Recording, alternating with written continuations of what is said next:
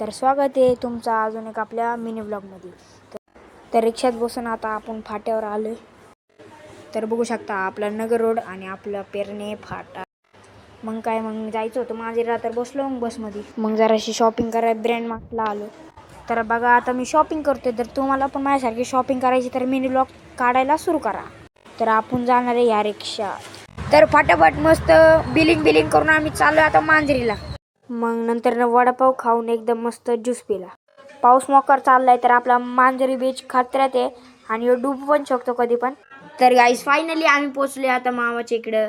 आता बड्डे करणार आहे आणि आपण आता तुम्हाला मी क्लिप दाखवतो, ती तुम्ही एन्जॉय करा नक्की.